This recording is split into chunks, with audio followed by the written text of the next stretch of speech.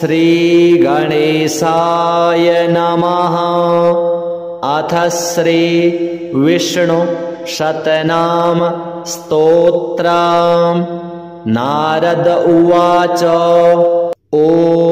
वासुदेवं हृषीकेशं वामनं जलशायिनं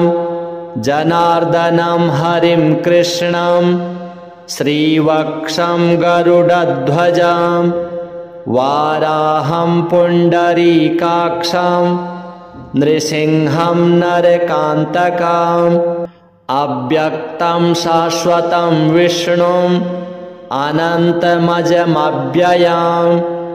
नारायणं गदाध्यक्षं गोविन्दं कीर्तिभाजनं गोवर्धनोद्धरं देवं भूधरं भुवनेश्वरं वेत्तारं यज्ञपुरुषं यज्ञेशं यज्ञवाहकं चक्रपाणिं गदापाणिं शङ्खपाणिं नरोत्तमं वैकुण्ठं दुष्टदमनं भूगर्भं पीतवाससं त्रिविक्रमं त्रिकालज्ञं त्रिमूर्तिं नन्दिकेश्वरं रामं हयग्रीवं भीमं रौद्रं भवोद्भवं श्रीपतिं श्रीधरं श्रीशं मङ्गलं मङ्गलायुधं दामोदरं दयोपेतं केशवं केशिसूदनं वरेण्यं वरदं विष्णुम् आनन्दं वसुदेवजं हिरण्यरेतसं दीप्तं पुराणं पुरुषोत्तमं सकलं निष्कलं शुद्धं निर्गुणं गुणशाश्वतं हिरण्यतनुसङ्काशं सूर्यायुतसमप्रभं मेघश्यामं चतुर्बाहुं कुशलं कमलेक्षणं ज्योतिरूपमरूपं च स्वरूपं रूपसंस्थितं सर्वज्ञं सर्वरूपस्थं सर्वेशं सर्वतोमुखं ज्ञानं कूटस्थमचलं ज्ञानदं परमं प्रभुं योगीशं योगनिष्णातं योगिनं योगरूपिणं ईश्वरं सर्वभूतानां वन्दे भूतमयं प्रभुम् इति नाम शतं दिव्यं वैष्णवं खलु पापहं व्यासेन कथितं पूर्वं सर्वपापप्रणाशनं यः पठेत् प्रातरुत्थाय स भवेद् वैष्णवो नरः सर्वपापविशुद्धात्मा विष्णुसायुज्यमाप्नुयात् चान्द्रायणसहस्राणि कन्यादानशतानि च गवां लक्षसहस्राणि मुक्तिभागी भवेन्नरः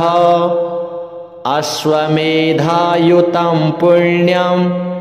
फलं प्राप्नोति मानवः श्रीविष्णुदेवार्पणमस्तु। वासुदेवं हृषीकेशं वामनं जलशायिनं जनार्दनं हरिं कृष्णं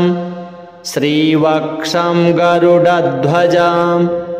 वाराहं पुण्डरीकाक्षं नृसिंहं नरकान्तकम् अव्यक्तं शाश्वतं विष्णुम् अनन्तमजमव्ययं नारायणं गदाध्यक्षं गोविन्दं कीर्तिभाजनं गोवर्धनोद्धरं देवं भूधरं भुवनेश्वरं वेत्तारं यज्ञपुरुषं यज्ञेशं यज्ञवाहकं चक्रपाणिं गदापाणिं शङ्खपाणिं नरोत्तमं वैकुण्ठं दुष्टदमनं भूगर्भं पीतवाससं त्रिविक्रमं त्रिकालज्ञं त्रिमूर्तिं नन्दिकेश्वरं रामं रामं हयग्रीवं भीमं रौद्रं भवोद्भवं श्रीपतिं श्रीधरं श्रीशं मङ्गलं मङ्गलायुधं दामोदरं दयोपेतं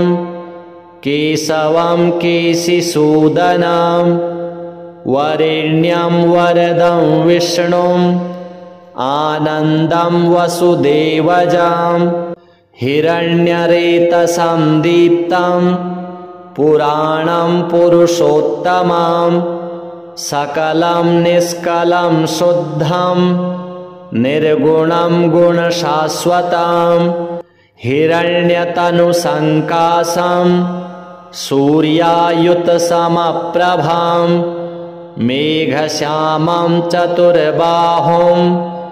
कुशलं कमलेक्षणं ज्योतिरूपमरूपं च स्वरूपं रूपसंस्थितं सर्वज्ञं सर्वरूपस्थं सर्वेशं सर्वतोमुखं ज्ञानं कूटस्थमचलं ज्ञानदं परमं प्रभुं योगीशं योगनिष्णातं योगिनं योगरूपिणाम् ईश्वरं सर्वभूतानां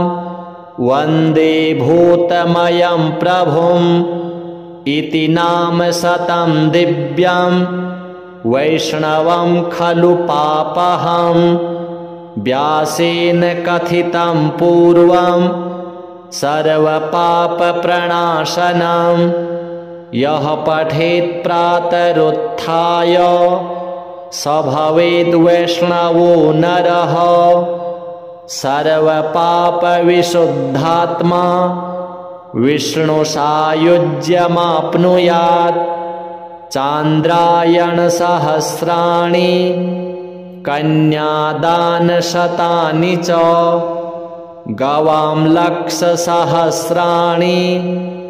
मुक्तिभागी भवेन्नरः अश्वमेधायुतं पुण्यं फलं प्राप्नोति मानवः श्रीविष्णुदेवार्पणमस्तु वासुदेवं हृषीकेशं वामनं जलशायिनं जनार्दनं हरिं कृष्णं श्रीवक्षं गरुडध्वजं वाराहं पुण्डरीकाक्षं नृसिंहं नरकान्तकम् अव्यक्तं शाश्वतं विष्णुम् अनन्तमजमव्ययं नारायणं गदाध्यक्षं गोविन्दं कीर्तिभाजनं गोवर्धनोद्धरं देवं भूधरं भुवनेश्वरं वेत्तारं यज्ञपुरुषं यज्ञेशं यज्ञवाहकं चक्रपाणिं गदापाणिं शङ्खपाणिं नरोत्तमं वैकुण्ठं दुष्टदमनं भूगर्भं पीतवाससं त्रिविक्रमं त्रिकालज्ञं त्रिमूर्तिं नन्दिकेश्वरं रामं रामं हयग्रीवं भीमं रौद्रं भवोद्भवं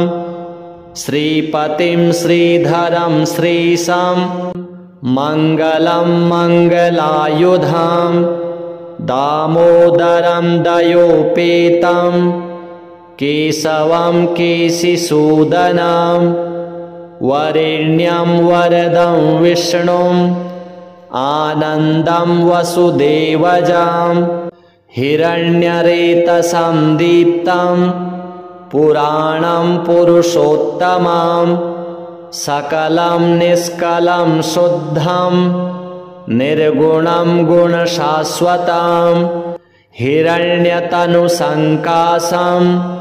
सूर्यायुतसमप्रभां मेघश्यामं चतुर्बाहुं कुशलं कमलेक्षणं ज्योतिरूपमरूपं च स्वरूपं रूपसंस्थितं सर्वज्ञं सर्वरूपस्थं सर्वेशं सर्वतोमुखं ज्ञानं कूटस्थमचलं ज्ञानदं परमं प्रभुं योगीशं योगनिष्णातं योगिनं योगरूपिणाम् ईश्वरं सर्वभूतानां वन्दे भूतमयं प्रभुम् इति नाम शतं दिव्यं वैष्णवं खलु पापहं व्यासेन कथितं पूर्वं सर्वपापप्रणाशनं यः पठेत् प्रातरुत्थाय स भवेद् वैष्णवो नरः सर्वपापविशुद्धात्मा विष्णुसायुज्यमाप्नुयात् चान्द्रायणसहस्राणि कन्यादानशतानि च गवां लक्षसहस्राणि मुक्तिभागी भवेन्नरः अश्वमेधायुतं पुण्यं फलं प्राप्नोति मानवः श्रीविष्णुदेवार्पणमस्तु वासुदेवं हृषीकेशं वामनं जलशायिनं जनार्दनं हरिं कृष्णं श्रीवक्षं गरुडध्वजं वाराहं पुण्डरीकाक्षं नृसिंहं नरकान्तकम् अव्यक्तं शाश्वतं विष्णुम् अनन्तमजमव्ययं नारायणं गदाध्यक्षं गोविन्दं कीर्तिभाजनं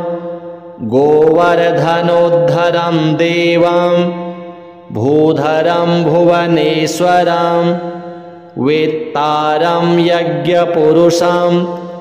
यज्ञेशं यज्ञवाहकं चक्रपाणिं गदापाणिं शङ्खपाणिं नरोत्तमं वैकुण्ठं दुष्टदमनं भूगर्भं पीतवाससं त्रिविक्रमं त्रिकालज्ञं त्रिमूर्तिं नन्दिकेश्वरं रामं रामं हयग्रीवं भीमं रौद्रं भवोद्भवं श्रीपतिं श्रीधरं श्रीशं मङ्गलं मङ्गलायुधां दामोदरं दयोपेतं केशवं केशिसूदनं वरेण्यं वरदं विष्णुम् आनन्दं वसुदेवजां हिरण्यरेतसं दीप्तं पुराणं पुरुषोत्तमं सकलं निष्कलं शुद्धं निर्गुणं गुणशाश्वतं हिरण्यतनुसङ्काशं सूर्यायुतसमप्रभां मेघश्यामं चतुर्बाहुं कुशलं कमलेक्षणं ज्योतिरूपमरूपं च स्वरूपं रूपसंस्थितं सर्वज्ञं सर्वरूपस्थं सर्वेशं सर्वतोमुखं ज्ञानं कूटस्थमचलं ज्ञानदं परमं प्रभुं योगीशं योगनिष्णातं योगिनं योगरूपिणम् ईश्वरं सर्वभूतानां वन्दे भूतमयं प्रभुम् इति नाम शतं दिव्यं वैष्णवं खलु पापहं व्यासेन कथितं पूर्वं सर्वपापप्रणाशनं यः पठेत् प्रातरुत्थाय स भवेद् वैष्णवो नरः सर्वपापविशुद्धात्मा विष्णुसायुज्यमाप्नुयात् चान्द्रायणसहस्राणि कन्यादानशतानि च गवां लक्षसहस्राणि मुक्तिभागी भवेन्नरः अश्वमेधायुतं पुण्यं फलं प्राप्नोति मानवः श्रीविष्णुदेवार्पणमस्तु वासुदेवं हृषीकेशं वामनं जलशायिनं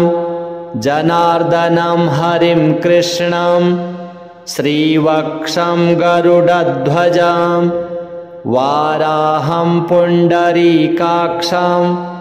नृसिंहं नरकान्तकम् अव्यक्तं शाश्वतं विष्णुम् अनन्तमजमव्ययं नारायणं गदाध्यक्षं गोविन्दं कीर्तिभाजनं गोवर्धनोद्धरं देवं भूधरं भुवनेश्वरं वेत्तारं यज्ञपुरुषं यज्ञेशं यज्ञवाहकं चक्रपाणिं गदापाणिं शङ्खपाणिं नरोत्तमं वैकुण्ठं दुष्टदमनं भूगर्भं पीतवाससं त्रिविक्रमं त्रिकालज्ञं त्रिमूर्तिं नन्दिकेश्वरं रामं रामं हयग्रीवं भीमं रौद्रं भवोद्भवं श्रीपतिं श्रीधरं श्रीशं मङ्गलं मङ्गलायुधं दामोदरं दयोपेतं केशवं केशिसूदनं वरेण्यं वरदं विष्णुम् आनन्दं वसुदेवजं हिरण्यरेतसं दीप्तं पुराणं पुरुषोत्तमं सकलं निष्कलं शुद्धं निर्गुणं गुणशाश्वतं हिरण्यतनुसङ्काशं सूर्यायुतसमप्रभं मेघश्यामं चतुर्बाहुं कुशलं कमलेक्षणं ज्योतिरूपमरूपं च स्वरूपं रूपसंस्थितं सर्वज्ञं सर्वरूपस्थं सर्वेशं सर्वतोमुखं ज्ञानं कूटस्थमचलं ज्ञानदं परमं प्रभुं योगीशं योगनिष्णातं योगिनं योगरूपिणम् ईश्वरं सर्वभूतानां वन्दे भूतमयं प्रभुम् इति नाम शतं दिव्यं वैष्णवं खलु पापहं व्यासेन कथितं पूर्वं सर्वपापप्रणाशनं यः पठेत् प्रातरुत्थाय स भवेद् वैष्णवो नरः सर्वपापविशुद्धात्मा विष्णुसायुज्यमाप्नुयात्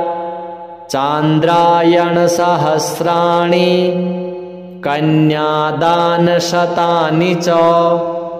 गवां लक्षसहस्राणि मुक्तिभागी भवेन्नरः अश्वमेधायुतं पुण्यं फलं प्राप्नोति मानवः श्रीविष्णुदेवार्पणमस्तु। वासुदेवं हृषीकेशं वामनं जलशायिनां जनार्दनं हरिं कृष्णं श्रीवक्षं गरुडध्वजं वाराहं पुण्डरीकाक्षं नृसिंहं नरकान्तकम् अव्यक्तं शाश्वतं विष्णुम् अनन्तमजमव्ययं नारायणं गदाध्यक्षं गोविन्दं कीर्तिभाजनं गोवर्धनोद्धरं देवं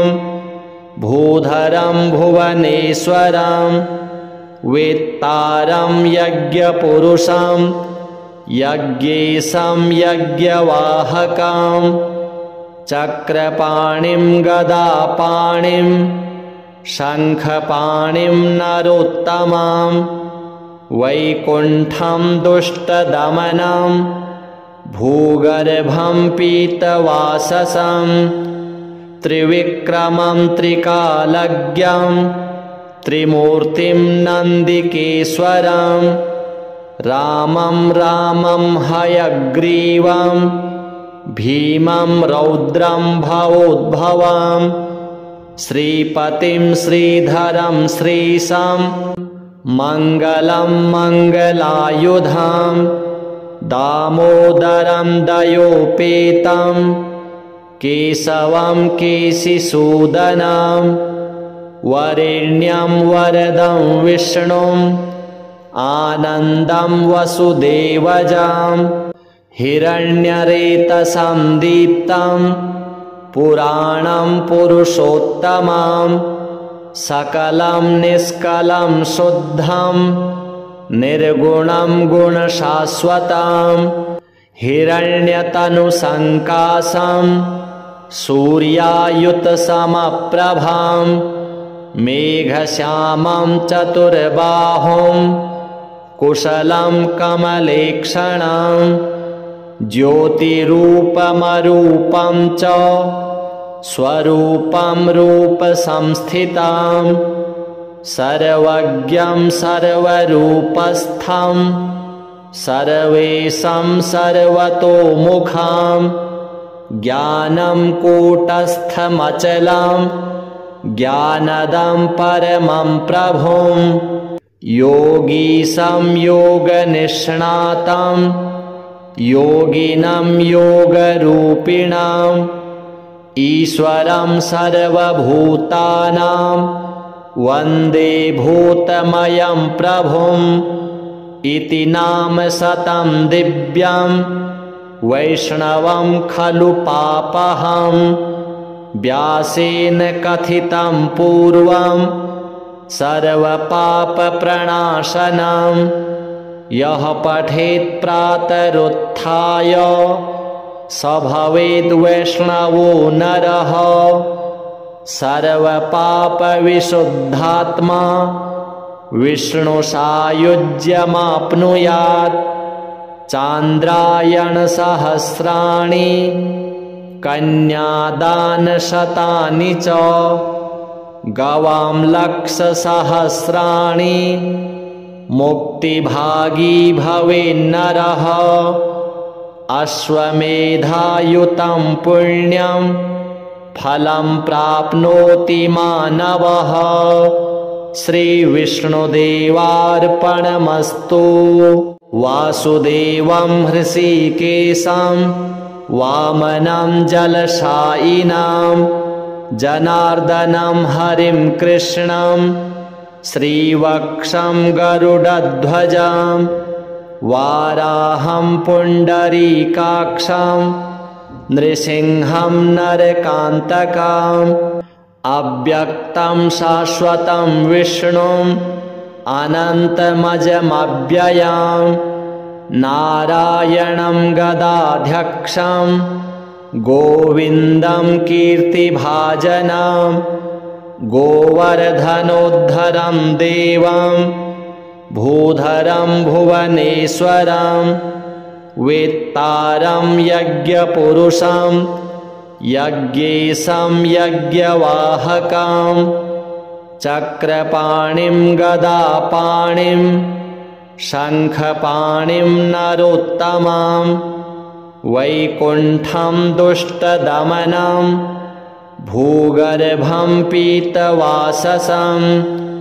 त्रिविक्रमं त्रिकालज्ञं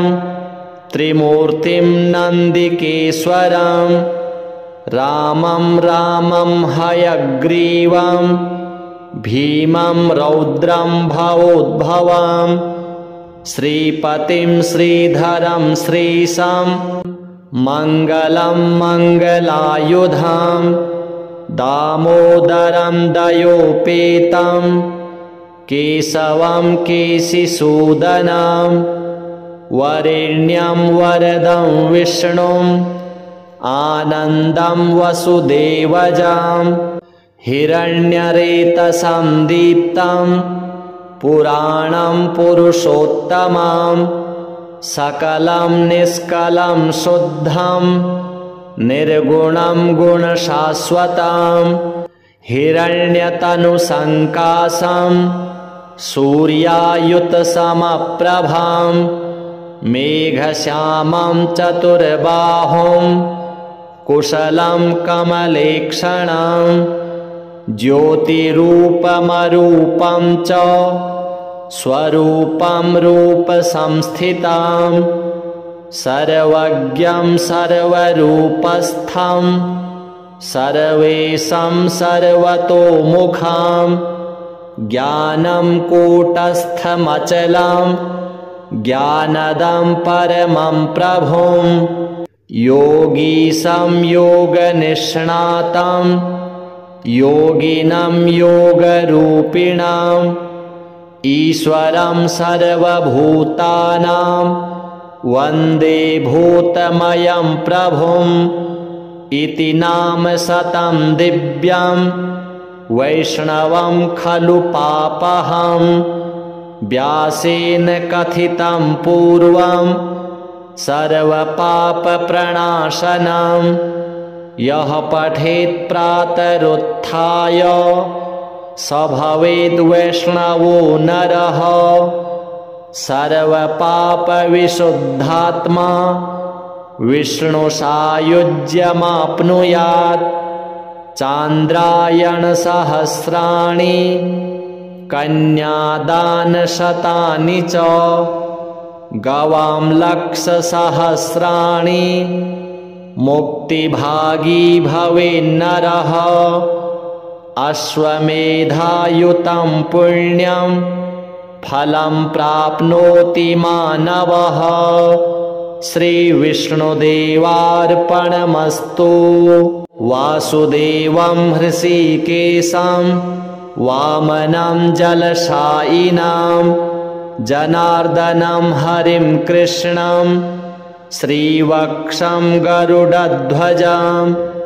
वाराहं पुण्डरीकाक्षं नृसिंहं नरकान्तकम् अव्यक्तं शाश्वतं विष्णुम् अनन्तमजमव्ययं नारायणं गदाध्यक्षं गोविन्दं कीर्तिभाजनं गोवर्धनोद्धरं देवं भूधरं भुवनेश्वरं वेत्तारं यज्ञपुरुषं यज्ञेशं यज्ञवाहकं चक्रपाणिं गदापाणिं शङ्खपाणिं नरोत्तमं वैकुण्ठं दुष्टदमनं भूगर्भं पीतवाससं त्रिविक्रमं त्रिकालज्ञं त्रिमूर्तिं नन्दिकेश्वरं रामं रामं हयग्रीवं भीमं रौद्रं भवोद्भवं श्रीपतिं श्रीधरं श्रीशं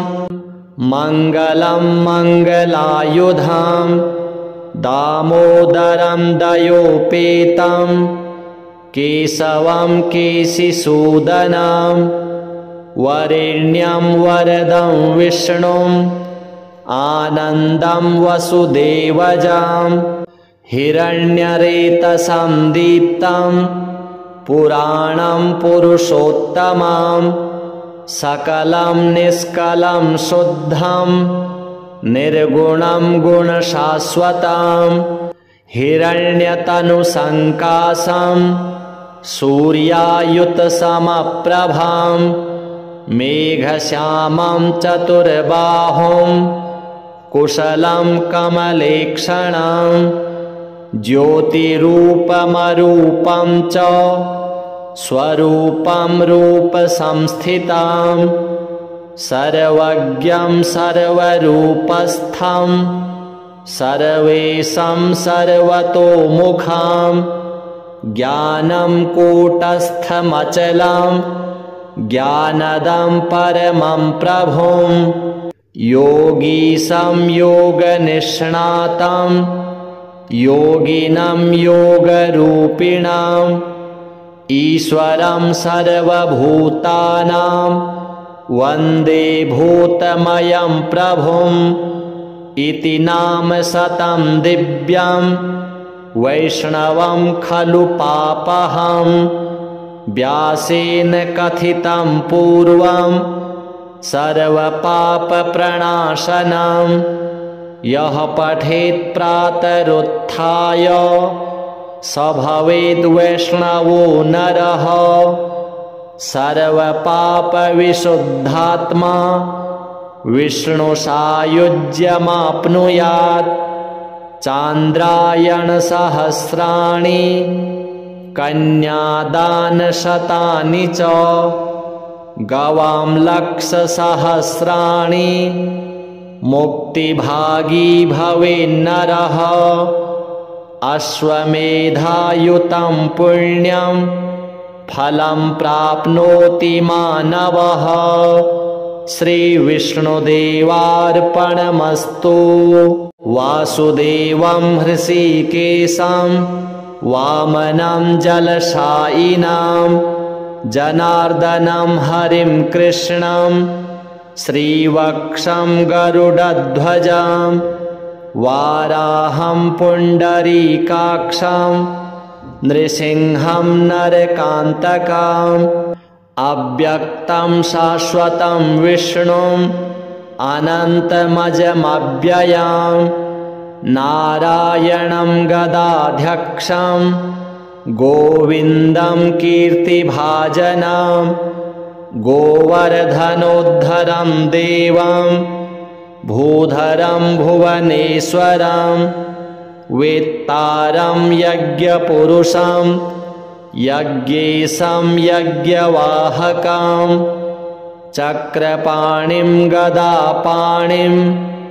शङ्खपाणिं नरोत्तमं वैकुण्ठं दुष्टदमनं भूगर्भं पीतवाससं त्रिविक्रमं त्रिकालज्ञं त्रिमूर्तिं नन्दिकेश्वरं रामं रामं हयग्रीवं भीमं रौद्रं भवोद्भवं श्रीपतिं श्रीधरं श्रीशं मङ्गलं मङ्गलायुधं दामोदरं दयोपेतं केशवं केशिसूदनं वरेण्यं वरदं विष्णुम् आनन्दं वसुदेवजं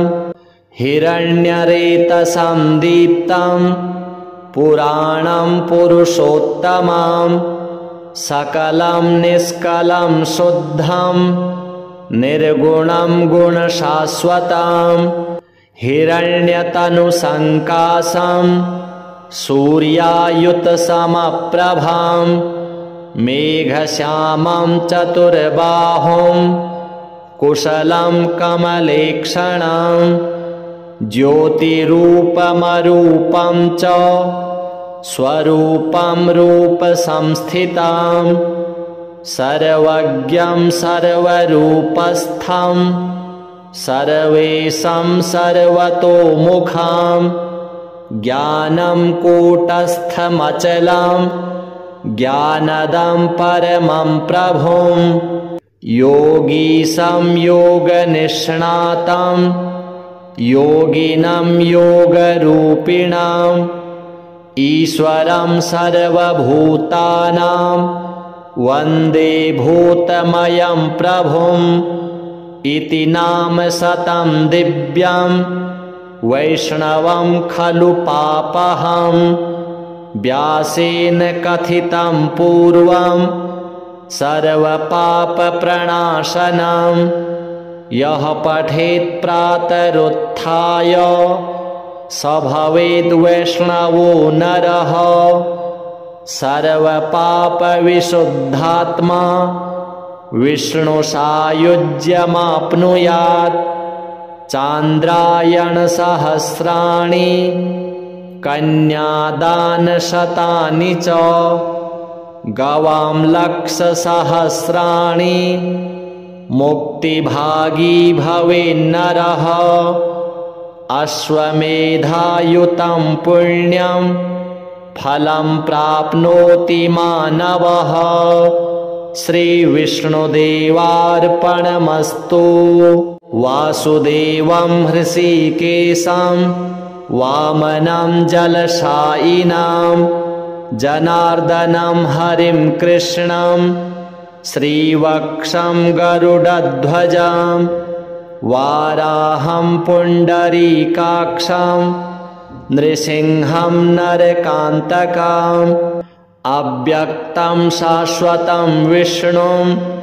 अनन्तमजमव्ययं नारायणं गदाध्यक्षं गोविन्दं कीर्तिभाजनं गोवर्धनोद्धरं देवं भूधरं भुवनेश्वरं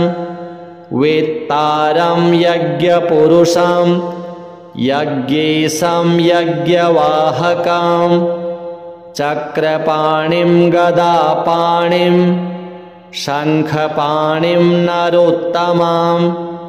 वैकुण्ठं दुष्टदमनं भूगर्भं पीतवाससं त्रिविक्रमं त्रिकालज्ञं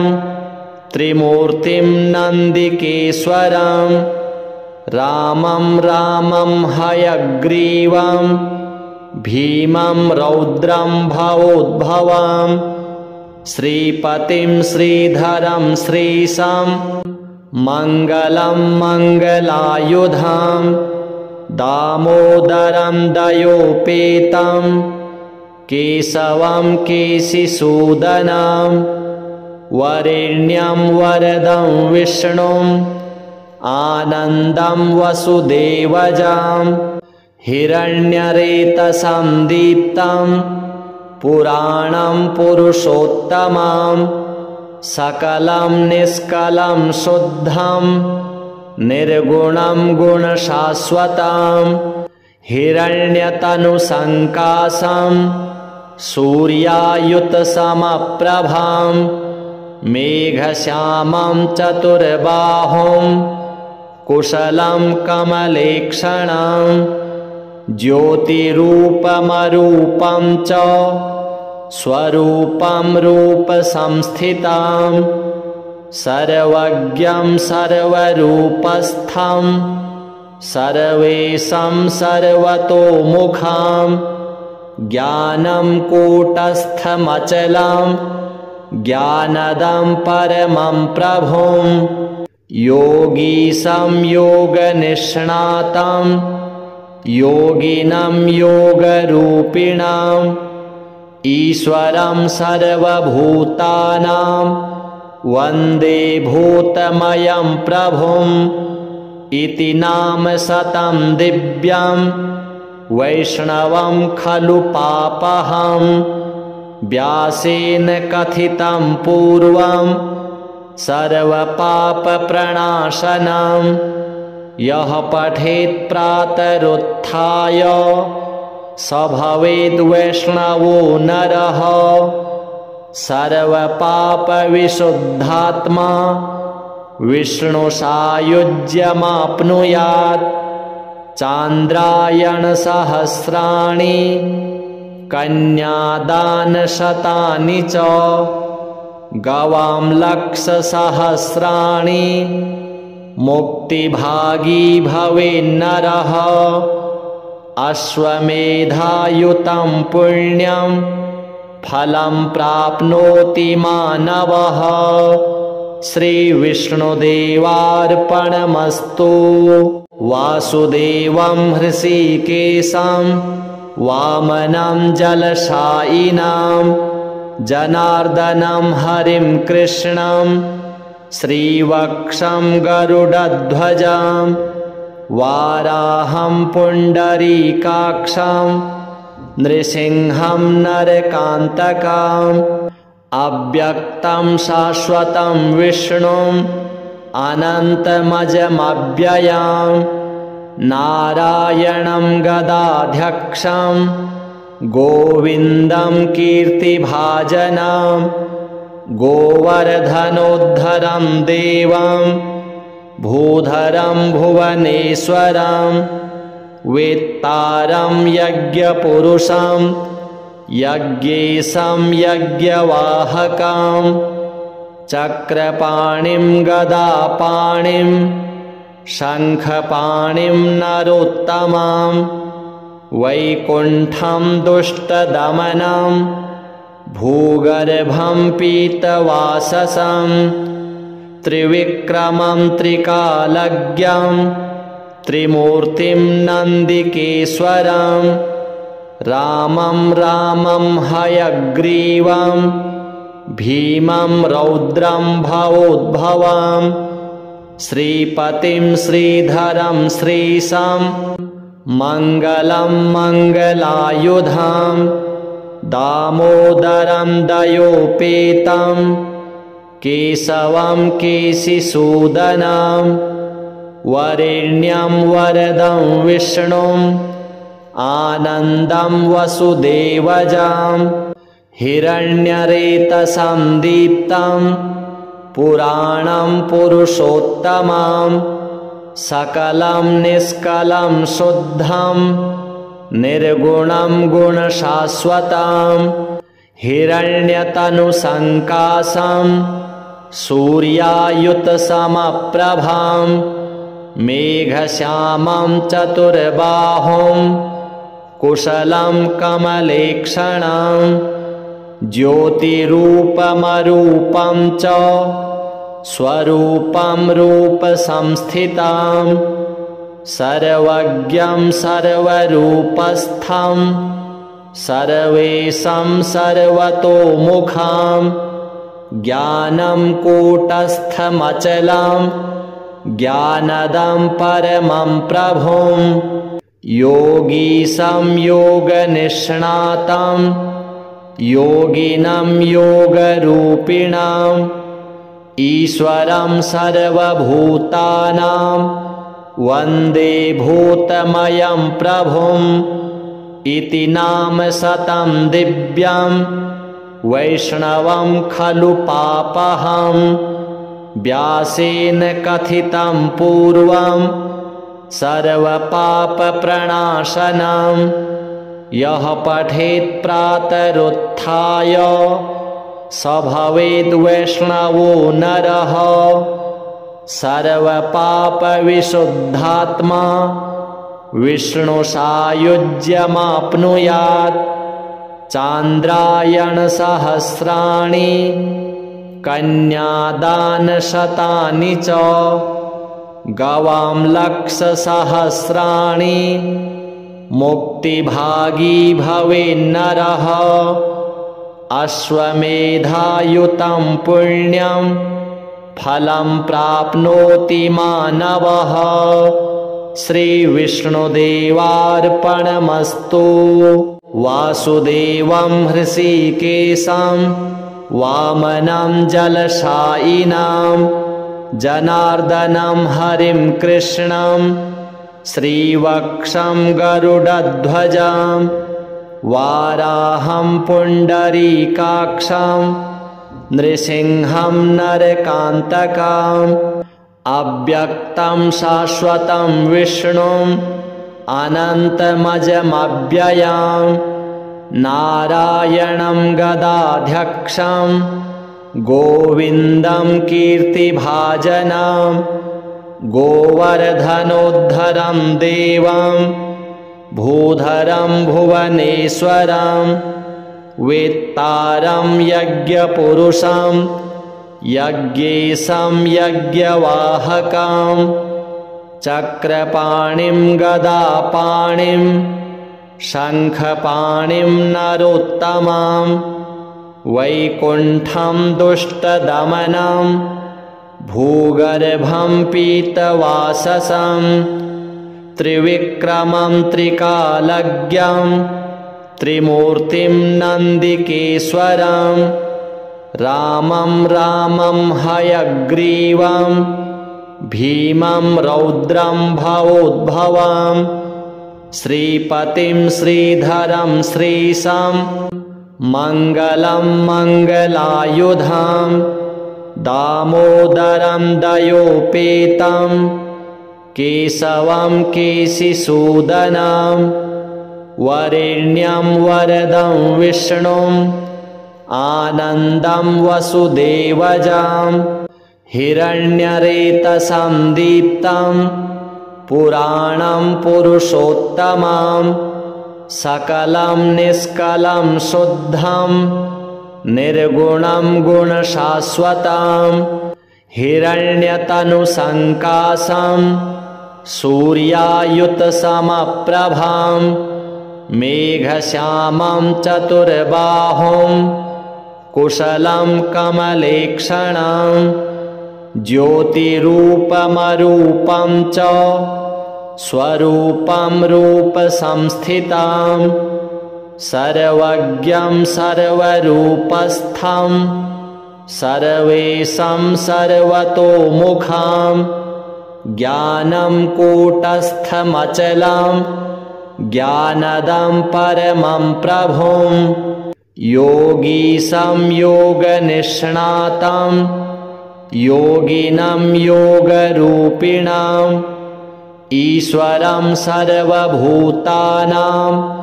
वन्दे भूतमयं प्रभुम्